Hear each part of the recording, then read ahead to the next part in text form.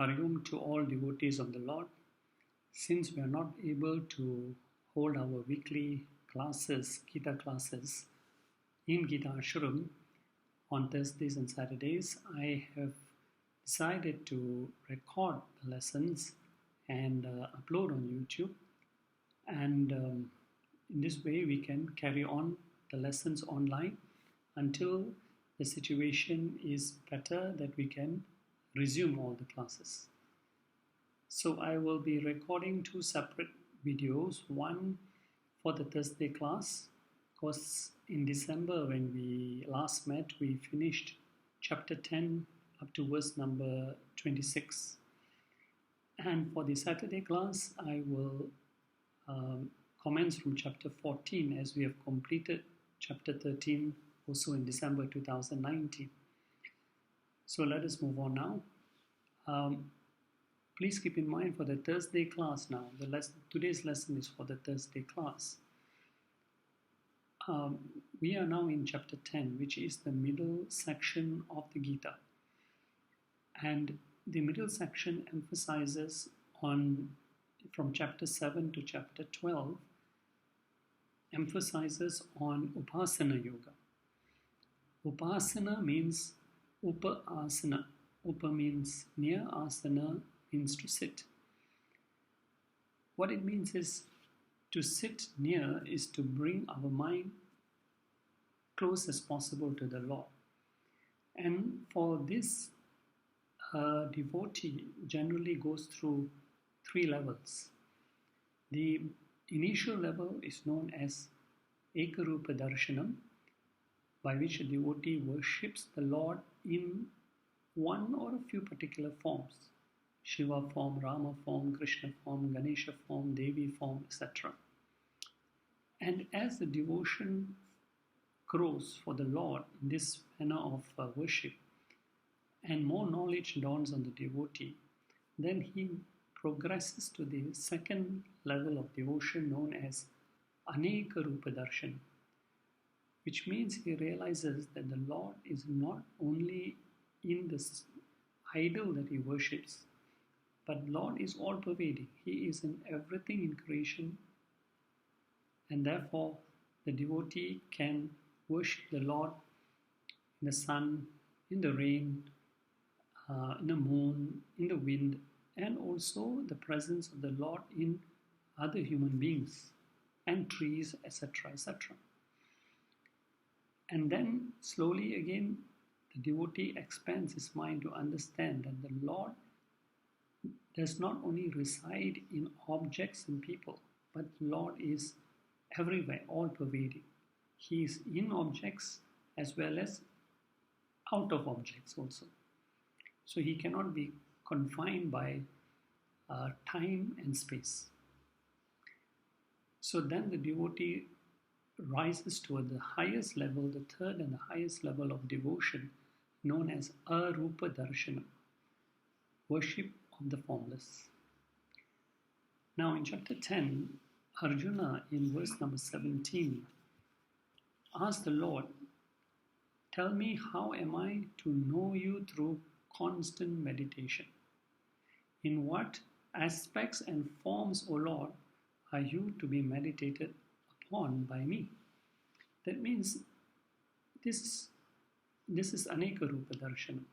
Even when I'm not in the temple, I'm outside. Yet, O Lord, tell me, how can I keep my mind constantly fixed on you? So give me some examples, as many examples in this creation, by which when I look at that object, I realize your presence. So I can keep my mind constantly focused on you. And the Lord begins to give Arjuna a long list from verse number 20 up to verse number 39 in this chapter. We have covered some examples of the presence of the Lord in this creation up to verse 26, and today we will proceed with more examples from verse number 27. So in verse number 27, the Lord says, He says, now these examples in 27 actually from the story which is given in the Puranas about the churning of the Milky Ocean, Samudra Manthan, which is given in the Bhagavatam and also in the Mahabharata and also the Vishnu Purana. And a very important lesson is given in this particular story, that perseverance in any effort is very important. So a devotee should carry on his, what we call, not give up, but carry on. That is very important, perseverance. So as you all know the story about the Devas and the Asuras, they decided to work together to churn the ocean to get the Amritam, or the nectar of immortality. And they used the mountain, Mantara mountain, and Vasuki, which is the snake, as the churning rope. So when here the Asuras and the Devas initially got into an argument, who should hold the head, who should hold the tail of the snake. Finally they sorted this out and they started the churning. And when the mountain started sinking, they propitiated Vishnu, and he came in the form of a tortoise, the very first avatar, Kurumo avatar. He went underneath the mountain and he supported the mountain on his back. And the churning proceeded. And from this churning came out 14 varieties. Some were wonderful, some were dangerous. Wonderful things like one is mentioned here, Uchai Shravas, the white horse. Some were dangerous like the Halahala poison that Lord Shiva held in his throat. So symbolically, this churning, what does it represent? It represents the churning of our mind. Sometimes when we churn or we use our mind, good thoughts, dharmic thoughts come out, and sometimes very poisonous or destructive thoughts come out. So it's very allegorical, this whole churning, because in that churning also good things came out, bad things also came out. So mind has to be very well, properly churned and must remain in our control. So just like now we are on the path of Jnana Yoga, learning knowledge of the Gita, so the churning should be focused on this. So the Lord says here, Vidhi Mam, Vidhi know Mam, know me, the Lord.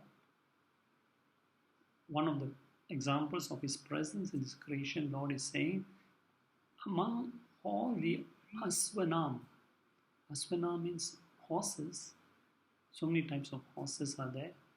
He says, my glory among all the horses is Uchashravasam. It's a celestial horse. How did this horse come about? He mentions here, Udbhavam. It was born.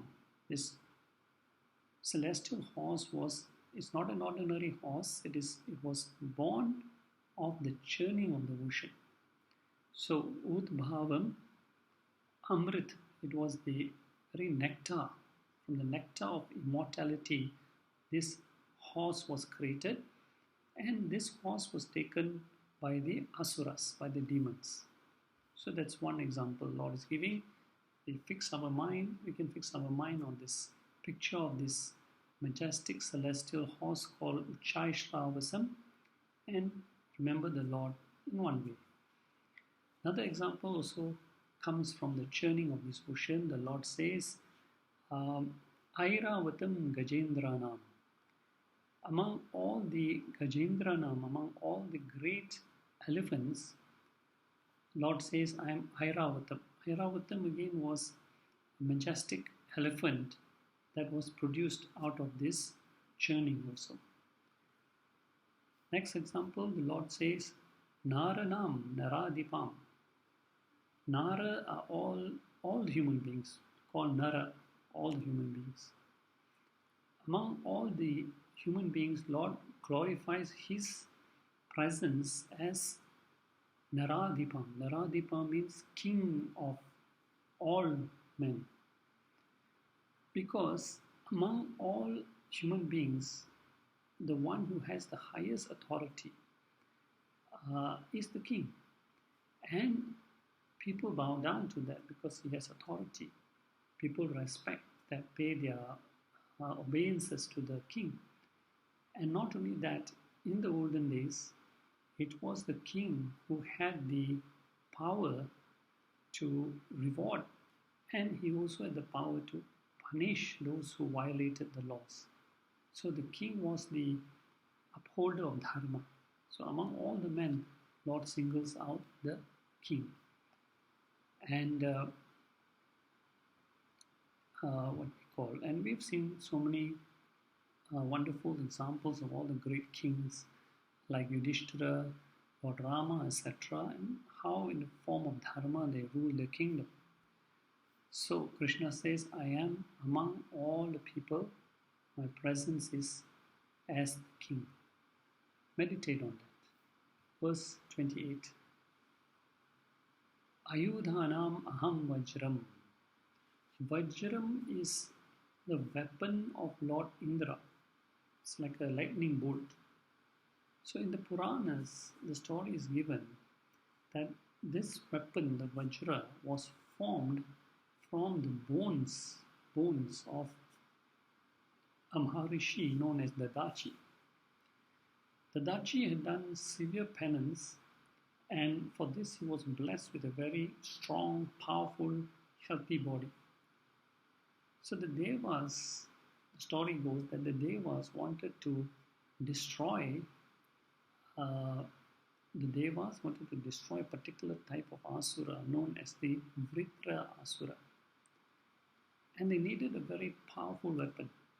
So they went to see Dadachi and he says, okay, I will sacrifice my life, give up my life, my body, and I'm dead. Take out the bones, and from these bones you make the Vajra, which is the thunderbolt. And with this Vajra weapon, you can destroy this or defeat this Vritra Asura. So in fact, there's amazing fact that today India's highest military award is called the Param Veer Chakra. It is given for gallantry, given to soldiers who have sacrificed their lives for the country. And the medal has a symbol of the Vajra weapon to symbolize the sacrifice of Dadachi in giving up his life for a higher cause. And so soldiers also who give up their lives for the nation are honored and presented with this highest military award known as the Paramveer Chakra, which is a symbol of the Vajra on it. So Lord says, among all the weapons, among all the Ayudhana, weapons used for fights, for battles, I am Vajram, the thunderbolt. Dhenunam asmi kamaduk. Dhenunam are a group of cows or the type of cows that give milk. So Kamaduk, or here referring to Kamadhenu, is singled out as a very auspicious cow. Why? Because all other cows can only yield milk. But this Kamadhenu, which came again also from the churning of the ocean, belonged to sage Vashishta. And this cow could yield any desires. So the word Kama means desires, Dhenu means the fulfiller or the giver of desires, fulfiller of desires. So again, very symbolic, we must understand. When we say that is this Kamadhenu, whatever we worship, whatever we ask, the cow will grant us. It is very symbolic because Kamadhenu again represents the mind. If you tap it correctly, you can achieve anything. Next example he gives, Prajanas cha asmi Kandharpa. Kandharpa is desire. So Kandharpa is the deity of desire, which is the greatest producer of action, because whatever we do, it must be backed by some desire. Whatever desire is, the desire that drives you to action. Good desires drive you to good action, bad desires drive you to bad action. So everything, every action that is produced in this creation is based on human desires. So the Lord says, among all that is created, okay, among all the things that are created, the Lord says, I am Kandarpa. Okay. Now, here we must understand that Lord is not talking about negative desires, adharmic desires.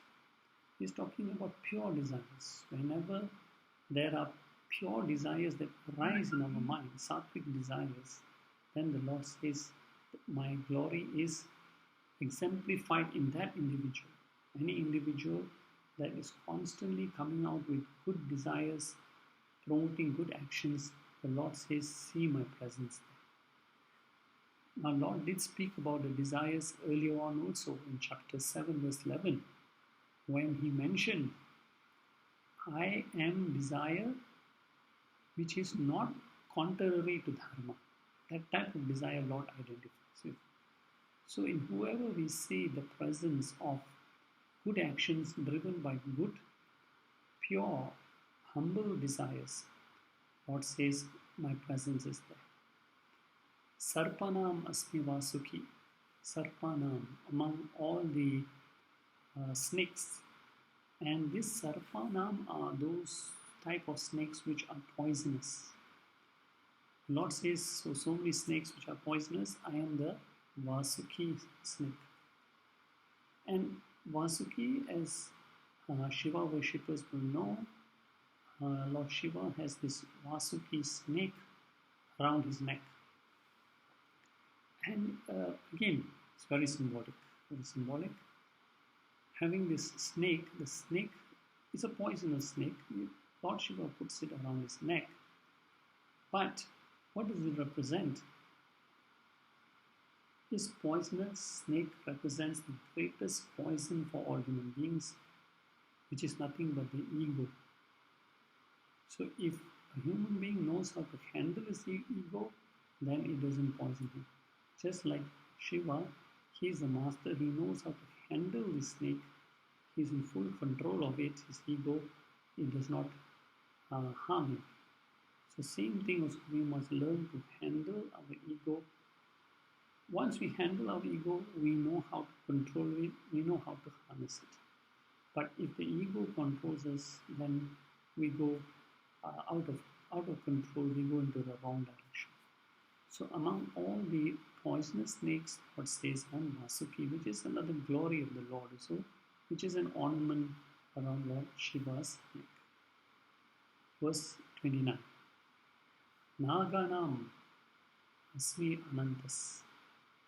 Naganam is also another group of snakes, but these snakes are the non-poisonous snakes. Among this group of non-poisonous snakes, Lord says, I am Ananta. Ananta is associated with Lord Vishnu. As you can see, the depiction of Vishnu lies on the snake, the Ananta snake. And the word Ananta itself means endless, infinite. The snake floats on the ocean of the changing world, but the snake remains infinite. And Lord Vishnu reclines on the snake also, of course, is infinite or eternal.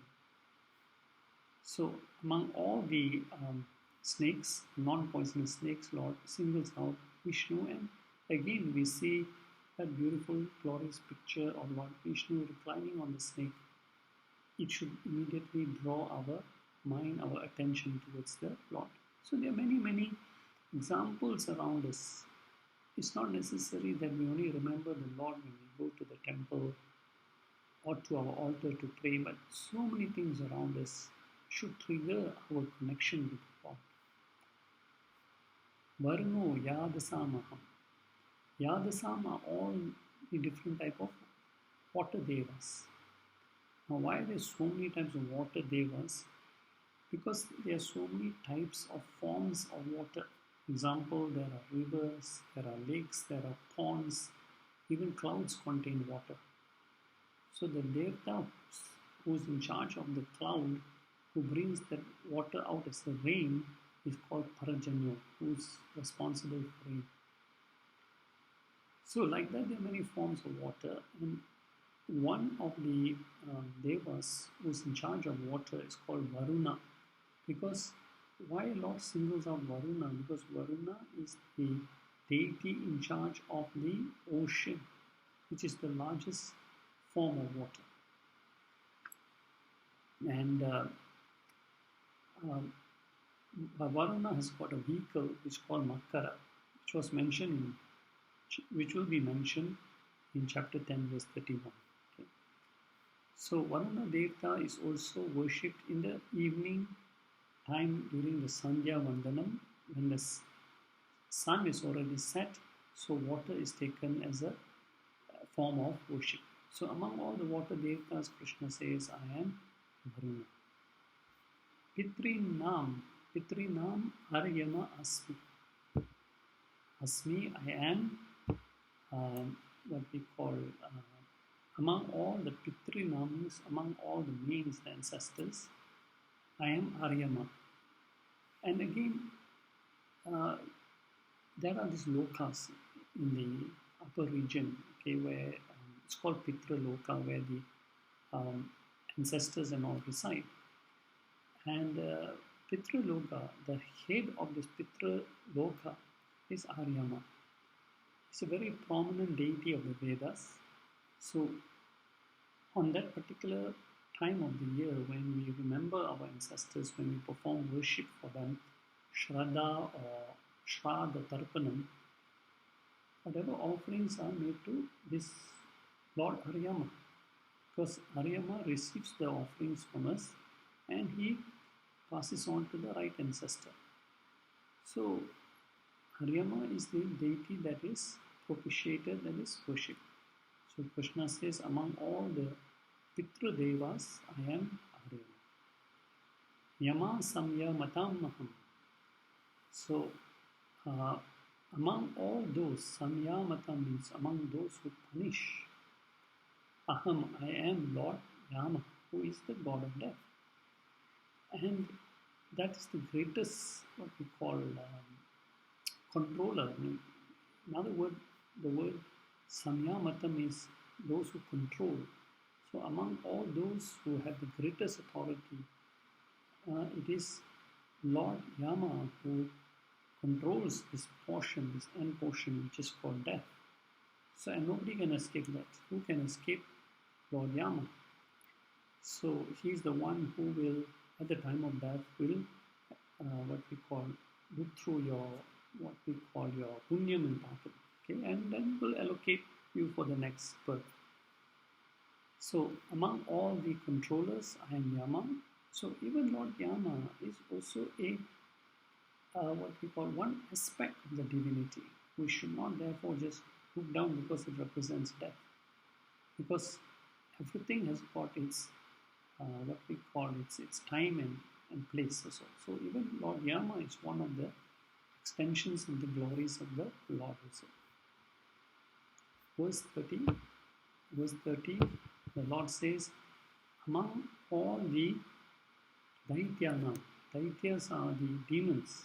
So again, even the demons are also created by the Lord. Lord says, among all the demons, Daityanam, Asmi Prabhat. So, according to the Brihad Aryanika Upanishad, Kaishapa is the Sapta Maharishi, one of the seven great rishis, which I also mentioned here in chapter 10, verse 6. And Kaishapa was born from the mind of Lord Brahma. And Kaishapa had many wives, but among two of them, one is called Aditi. So Kaishapa, one wife is Aditi, and Aditi is the mother of all the devas. She gave birth to all the devas. But Kaishapa also had another wife called Diti, and she is the mother of all the asuras. So in this verse, Daityas are actually called Daityas actually means children of Diti. So imagine now look at the symbolism. One father or husband, two different wives.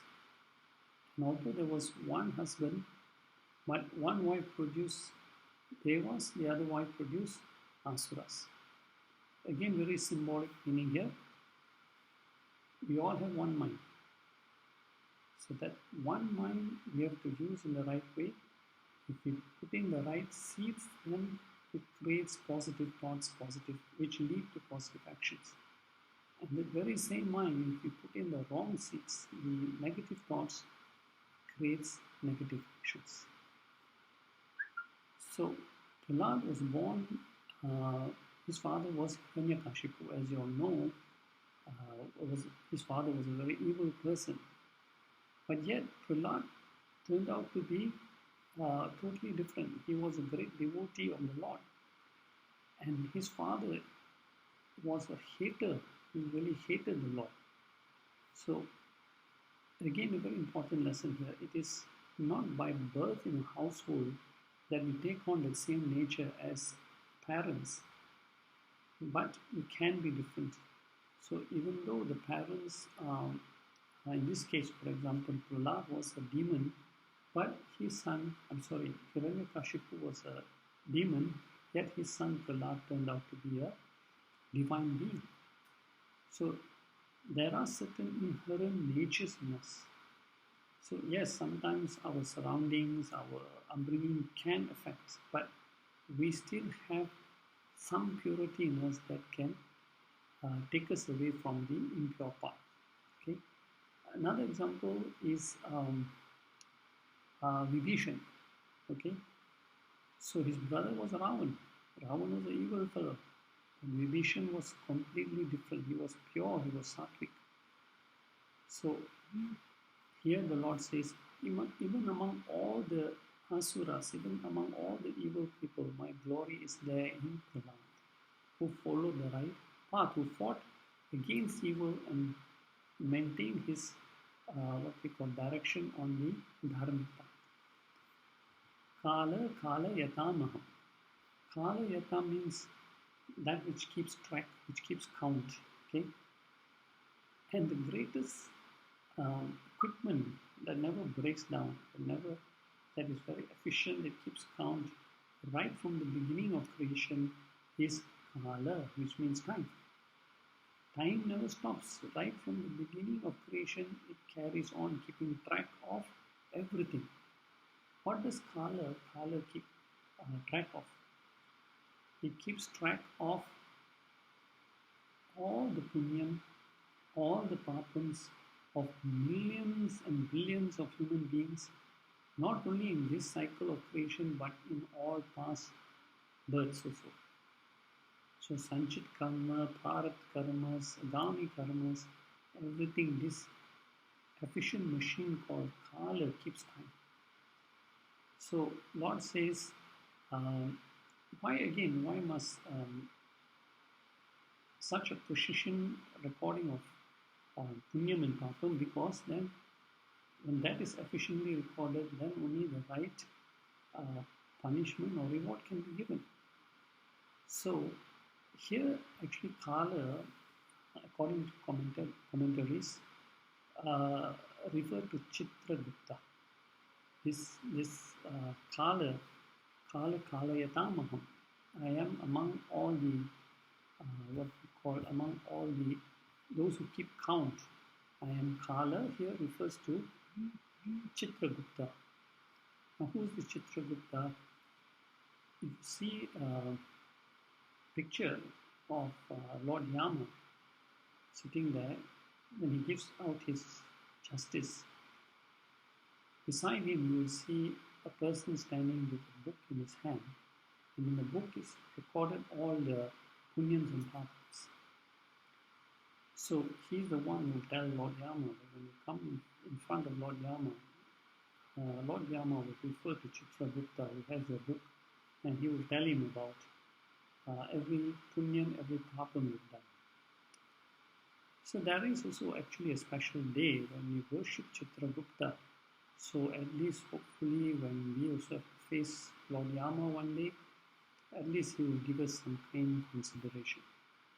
Mriganam Vendro Aham. Mriganam, animals. Animals, like all types of animals, okay?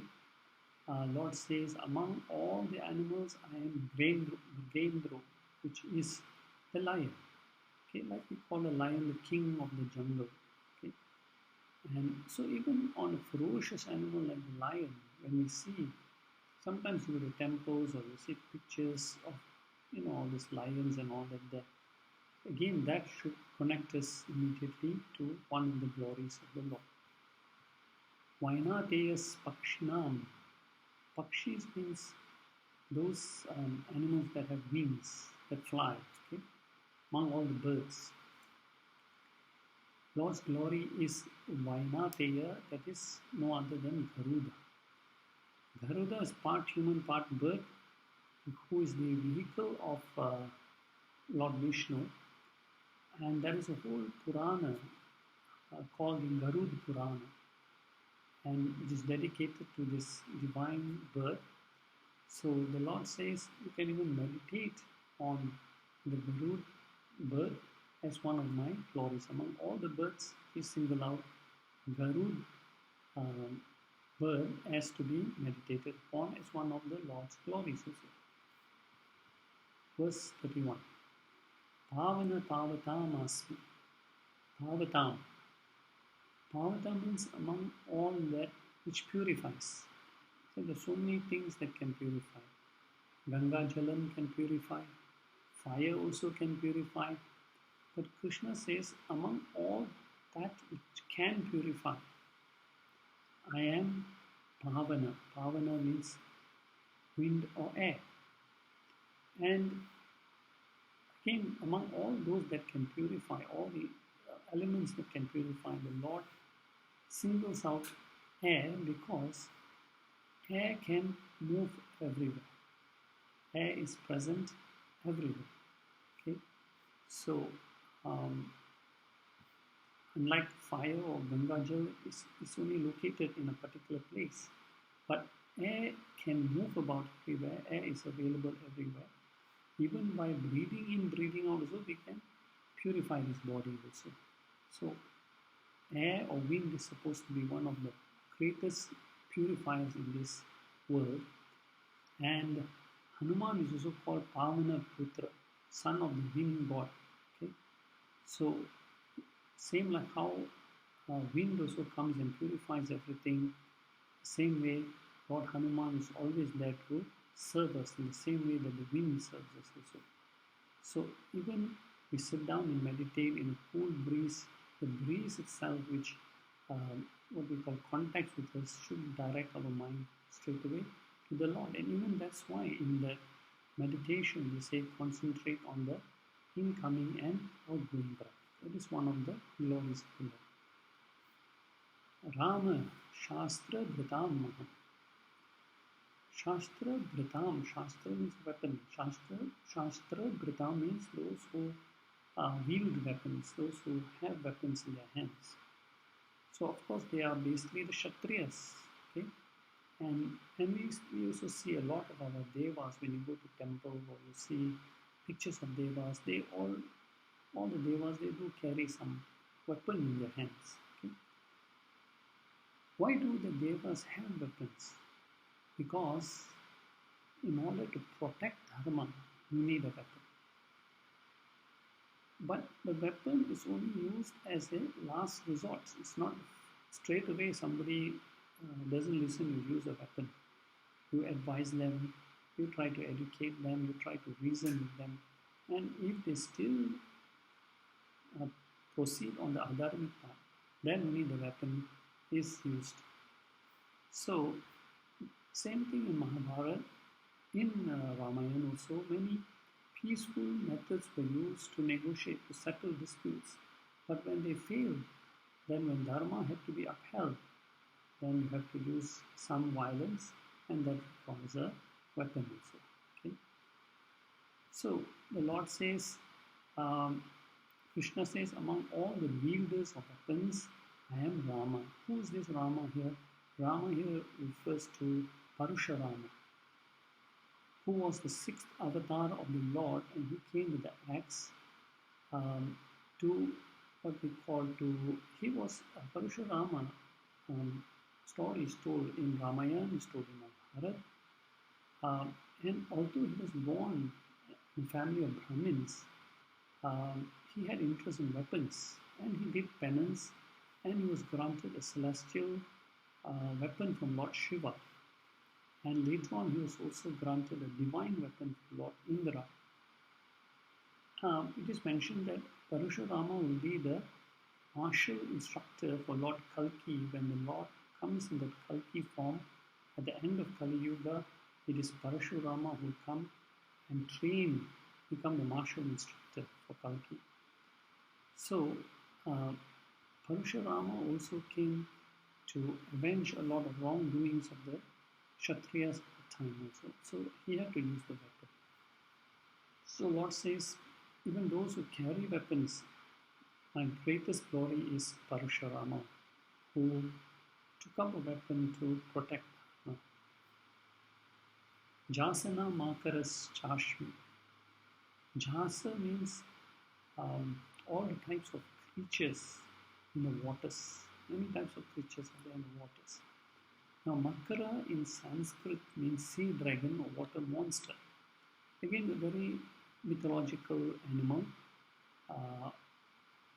The half animal, it has a half body of a fish or crocodile, sometimes depicted with the head of an elephant, and you can find this Makara at the entrance of many temples. Okay? Makara is the Vahini or vehicle for river goddess Ganga and the sea god Varuna. So Lord says again, among all that creatures in the water, I am Makara, which we can again meditate and fix our mind on him. Srotasam asmi jhanavi. Srotras are that which is flowing, meaning rivers. So among everything that is flowing, the Lord says, I am Jhanavi. Jhanavi here refers to the Ganges.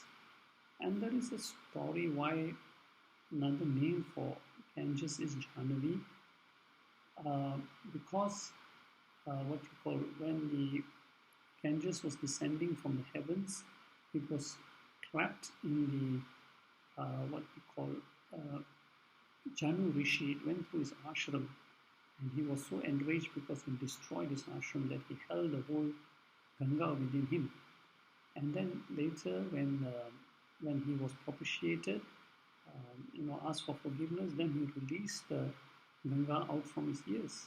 So Jhanavi is another name for the river Ganga also. Okay. So again, Ganges or pictures of Ganges, or when sitting on the Ganges, we just sit down, we can meditate on that as one of the glories of the Lord also. Verse 32. Sarganam Adi Madhyam